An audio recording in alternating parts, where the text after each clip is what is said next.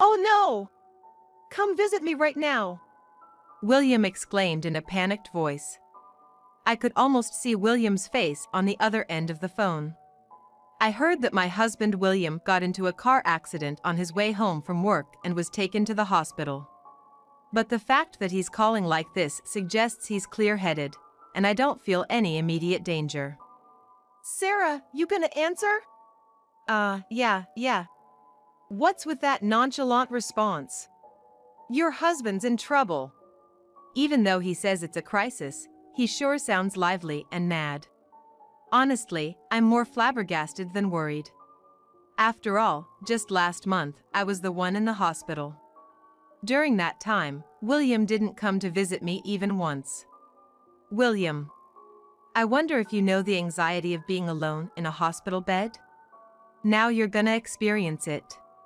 This might be a good time for you to reflect on your selfish nature. I'm Sarah Smith. I turned 27 this year.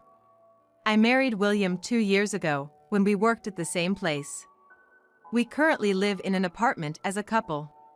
I'm thinking of buying a house someday and raising kids, you know? Yeah.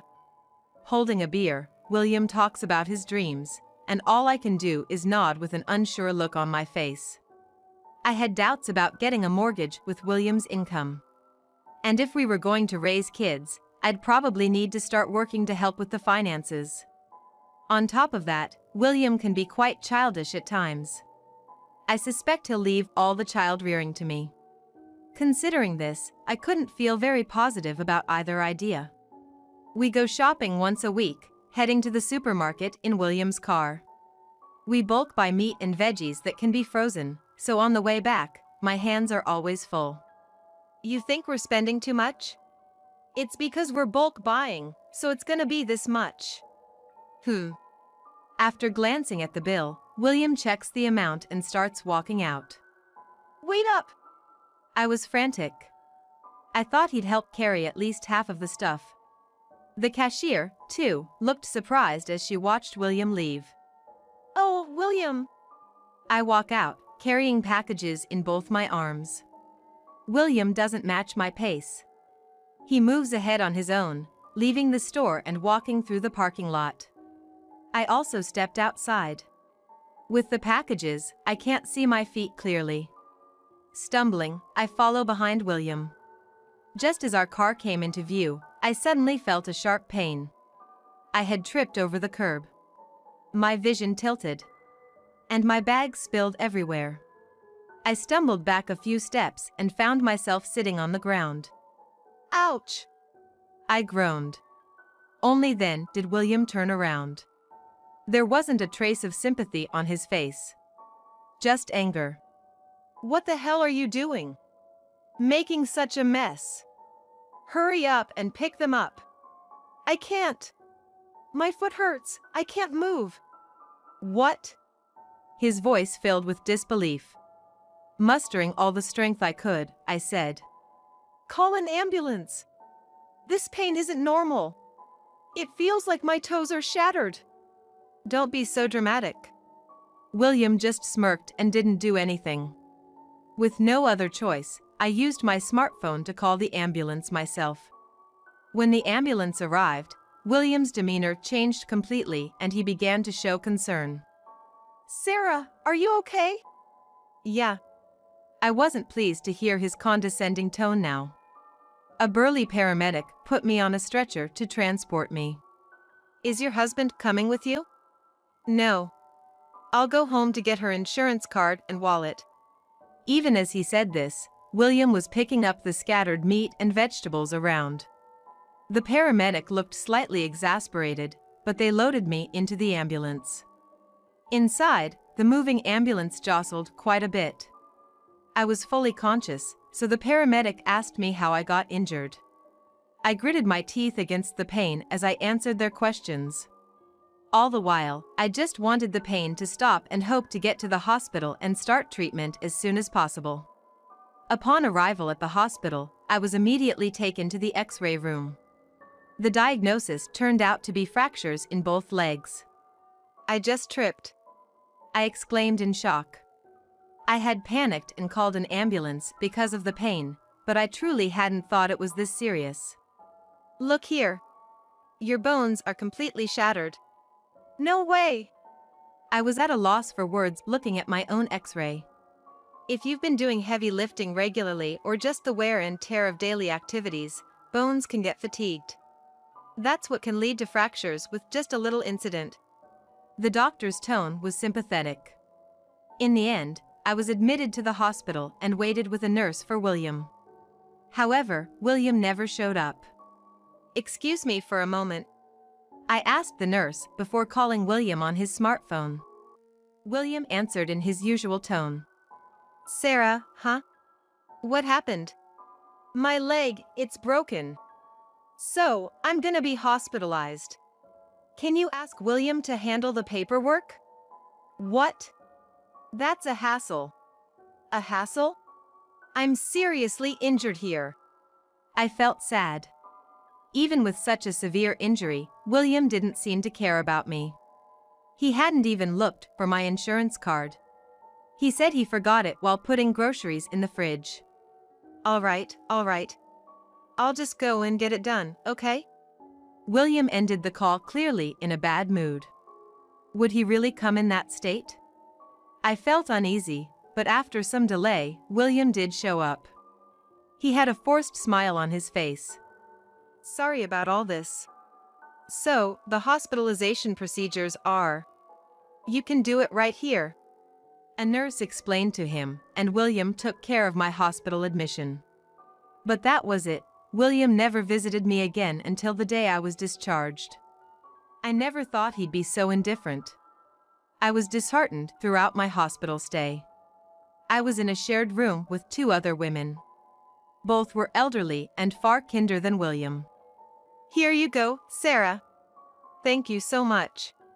They shared a piece of pear with me. The crisp texture and the rich juice overwhelmed me. The sweet flavor filled my mouth, and before I knew it, tears were streaming down my face. What's wrong? Nothing, it's just... I wiped away the tears with the back of my hand. I tried to hide my emotions and continued eating the pear. Why can others be so kind when William is so cold? In the end, William never visited me, not even once. Other patients had visitors almost every day, so I felt out of place. All the hospital gowns and such were for rent. Just like the beds, they had that hospital smell, and they weren't comfortable. You'll be able to leave the day after tomorrow. Really? I was beaming with joy. I was growing tired of William, but the thought of going home was exhilarating. When I called William to tell him about my discharge, I got a sigh of annoyance. Just call a cab and get yourself home. I'm swamped with work. I'll do that. I had given up expecting much from William. So I wasn't shocked, just overwhelmed with the question of why I ever married such a man. On the day of my discharge, I am following William's suggestion, I took a taxi home. The state of the house was shocking. What's all this? Clothes were thrown all over the room. Dishes and instant noodle cups littered the table. William had neglected house chores while I was away. Am I supposed to clean this up? I was taken aback. But I couldn't stand there forever. I got home around 2:30 p.m. William usually gets home around the same time, so I needed to tidy up and prepare dinner by then. I sighed and checked the fridge. Empty. The grocery store was a bit far, so I'd grab something from the local convenience store and run the washing machine in the meantime. My mind was a mess. Still, my experience as a housewife came to the rescue. As it began to get dark outside and William returned, the house had regained its normalcy. Seeing it, William merely remarked, "Oh, it's clean." That was it. No words of appreciation. I realized that to William, I was just expected to take care of the house, and any lapse would earn his criticism. This is a convenience store meal, huh? There weren't any fresh veggies or anything, so it couldn't be helped. Even so, William looked displeased. And so, I returned to my usual role as a full-time housewife. My doctor had warned me against any strenuous activities, but William, as always, wouldn't help with things like carrying the trash. I wondered if I'd end up with another fracture, but continued doing the chores anyway. The next big incident happened a month later. It's urgent. Come visit me right now. What happened? William's frantic voice echoed as soon as I answered. It seems William had a car accident on his way home from work. He was transported to a hospital from the scene. Given that he called me himself, he's probably conscious and alert. It didn't sound too urgent, but he was clearly panicking. I just sighed in disbelief. I thought to myself, isn't the hospital they're being transferred to the same one I was admitted to? Well, okay, but you're gonna regret it. Shut up. Hurry up, you loser. The call ended. Reluctantly, I began preparing to head to the hospital. Even though William seemed so indifferent when I was hospitalized, look at him now that he's the one in trouble. How selfish can one be? An idea suddenly crossed my mind. William needs some punishment. While I was going through the admission process, William called. Hey! What are you doing? Get over here fast. I'm at the hospital. I'm currently going through the admission process. So, you're gonna come here after? Nah, I'm going home. What? William responded in a dumbfounded tone. While looking over the hospital paperwork, I said into the phone. I came to the hospital as you asked. I'll take care of your admission too. But I'm not going to your room. Are you kidding me? Hey, you're joking, right? Nope. I bluntly replied.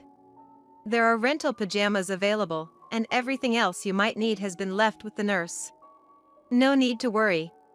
Sarah, it's a serious situation for your husband. Don't you care at all? William tried desperately to gain my sympathy. I couldn't help but smile. When it was my turn, it was a significant event for a wife.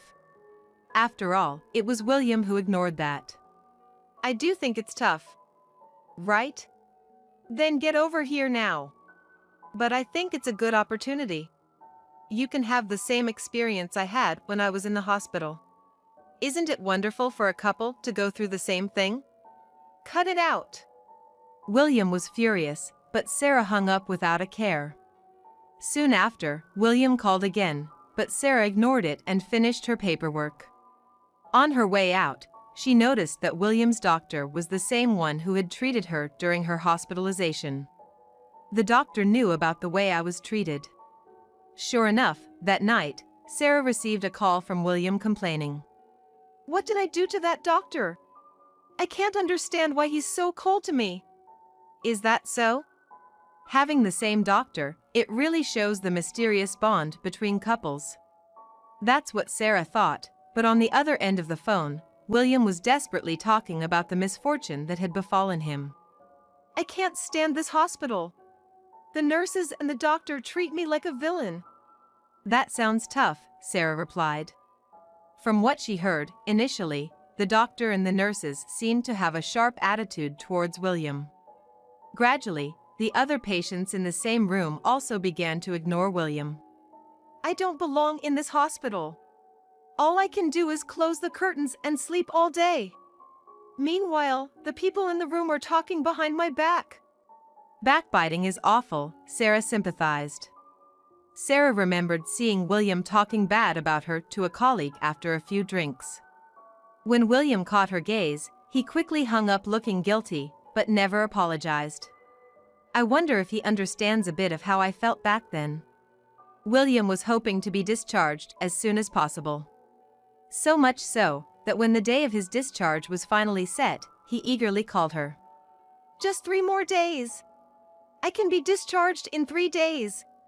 Oh, is that so? You should be happier. Your husband is coming home.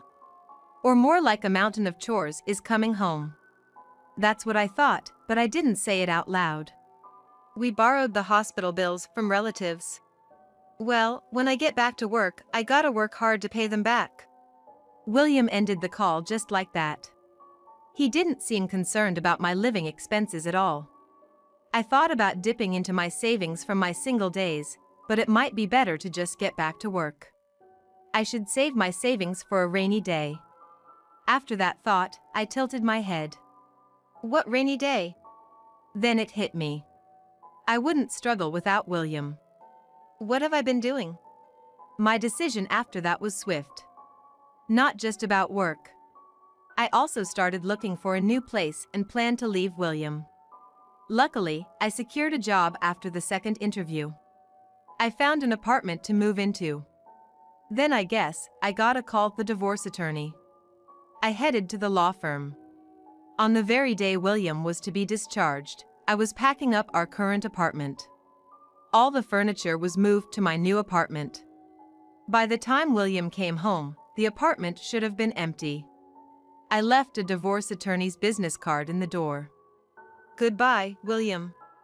I whispered and waved to the empty room. Starting life in my new place, after the initial feeling of relief, I began to think of William. I wonder if William is eating properly. I left in anger, but now that I've calmed down, I might have been a bit heartless. How must William have felt, coming home to no one welcoming him? I shared this feeling with my mom back home. On the phone, my mother let out a deep sigh. I can't believe he did that to you. Do you think it was really bad? I frowned at my mother's sigh. Of course it was, she said with emphasis. If your father had treated me like that, what would you think, Sarah? I'd tell Dad to stop. Exactly. That's why it was so terrible, my mother explained. After hanging up, I took a moment to reflect. Even without William, I'd be fine. But William? He'd definitely be at a loss. While I was in the hospital, our house was a complete mess. But what's the point of sticking so close to William? Even though he's never been one to match my pace. If William had just carried half of the load, I wouldn't have gotten hurt. It was those little things that built up, pushing me to act. William's such a typical lowlife. I laughed to myself. I know everything William did while I was in the hospital. I even thought of forgiving him. But the moment William called, I was filled with disgust. Picking up, I heard William's angry voice. Sarah, where are you? Get back home now. I hung up without a word. I couldn't take it anymore. I couldn't stand William's angry voice. It was unbearable. And then I realized. It's over between William and me. As expected, William called with a fury like no other. Sarah, what do you think you're doing? I'm not gonna let you go. I have no intention of getting back together with you, I said, trying to keep my voice calm. I realized once I distanced myself from William. He had been a burden to me. When I slipped in the parking lot, William didn't help me. I even had to call the ambulance myself. What's the reason to be with a man like that? You probably think of me as some maid or something, William. If that's the case, why don't you hire me and pay? What are you talking about? You're my wife, aren't you? William's voice became soft and cajoling. I was deceived by that voice once and ended up falling for him. He may seem gentle, but that's just on the surface. In reality, he's selfish and cold-hearted. I won't be fooled anymore. Just because I'm your wife, you think you can get away with anything? Do you have any idea how I felt when I was hospitalized? Of course I do. You didn't even visit me. I was so embarrassed. It's more than just an embarrassment issue, I replied, exasperated. That day, the tears I shed while eating a pear were tears of frustration. I can never forget the tears of that day. You didn't care when I got hurt, did you, William? You were too busy with work to even visit me. If I don't work, you'd be left out in the cold, you know? I'm doing just fine. I thought William's words sounded rather desperate. In reality, I had been living on my own income before we got married, and I'm managing just fine even after distancing from William. William was trying his best to make me feel indebted to him. He often reminded me how I lived off his earnings. I sighed. If you want to take care of a woman that much, why don't you live with the woman you were close with when I was hospitalized? What the hell are you talking about? William was visibly shaken. But I knew. For the past 6 months, William had been having an affair with a younger female coworker. He had claimed to be working late and on weekends, but his paychecks told a different story. Suspicious, I hired a detective and uncovered the truth. You should have had her do the housework while I was hospitalized. She can't do any household chores. It seemed William had given up on lying. He exclaimed in a flustered tone. Yeah, that's right. But I can't marry her.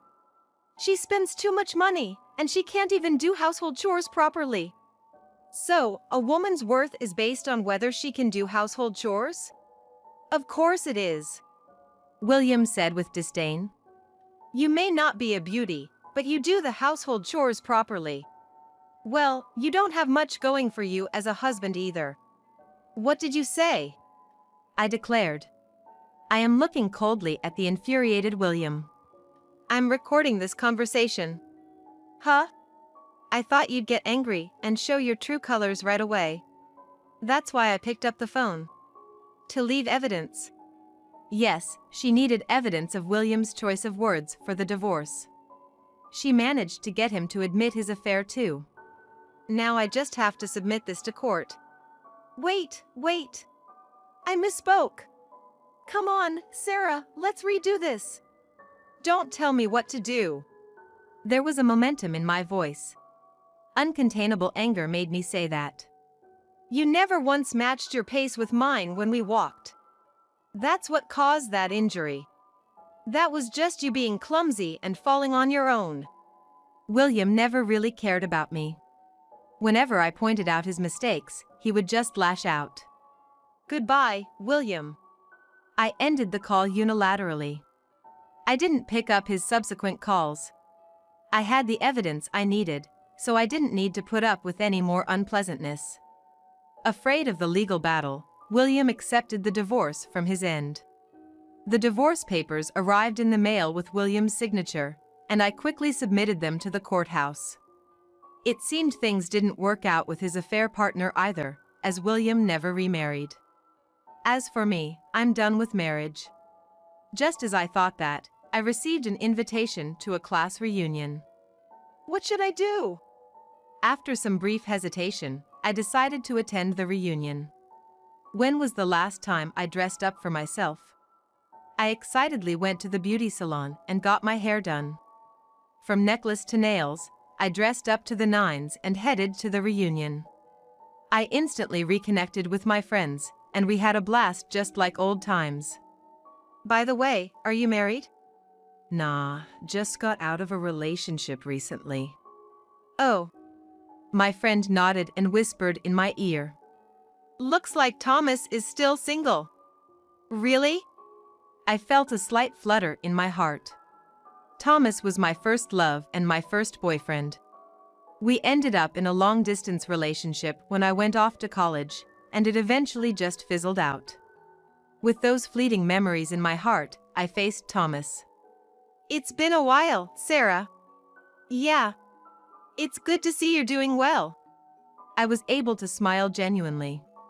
When was the last time I smiled like that from the bottom of my heart, not just being polite? Even after the reunion, my connection with Thomas continued. After exchanging texts, we started to meet in person. It kind of feels like a date, doesn't it? I said, half-jokingly. Thomas looked at me with a more serious expression than usual. It is a date. Huh? You didn't realize? Thomas seemed taken aback. I was too shy to look straight into Thomas's eyes. Oh, so it was a date. From that day on, I started to think that maybe it wouldn't be so bad to be open to love again.